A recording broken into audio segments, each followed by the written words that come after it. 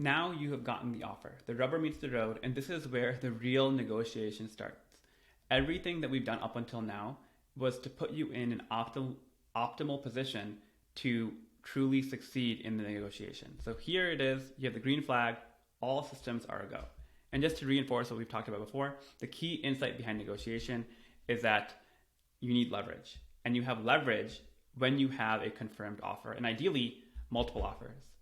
At that point, the company is making a clear indication to you that they want to hire you, and they've invested a lot of time and money up until this point to evaluate you, and they now feel confident you can contribute.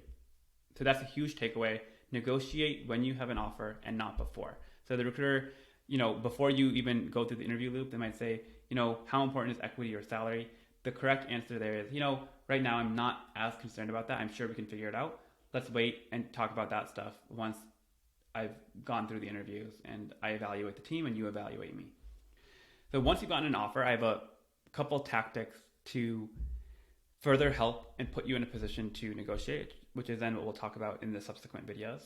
One tactic is ask to talk to a hiring manager. The hiring manager is the person who you'll be working with. And there's a few key questions I would recommend you ask. Ask about things like, what are the major opportunities for impact? Why is the hiring manager trying to hire someone? Right? There must be some business need for why they want to bring you on. And so learn about the team. What would you work on? And why is that important? And if you can, this is a little bit trickier to do, but ask about things like, how did you do in the interview? What was compelling about you relative to other people who they could have been able to give an offer to? And the reason you're asking that question is you're effectively getting ammunition that you can use in a negotiation. You're able to get data about what is important that you can then bring up later on when you talk about what value you can provide. So for example, you can say, if you learn that user engagement is the number one priority and they loved how you worked previously on a notification team at your old company, that's incredibly valuable information. So when you talk to the recruiter later on and say, you can say something like, I think that the prior work I've done with mobile notifications is going to have a huge amount of value, and I'm excited to make that happen.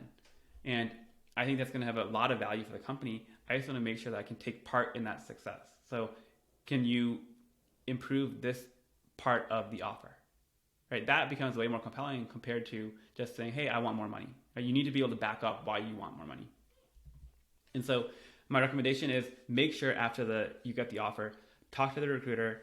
If you have the contact information of the hiring manager, contact them directly. But if not, go through the recruiter and just talk to the people in those decision-making capacities to understand what they're looking for.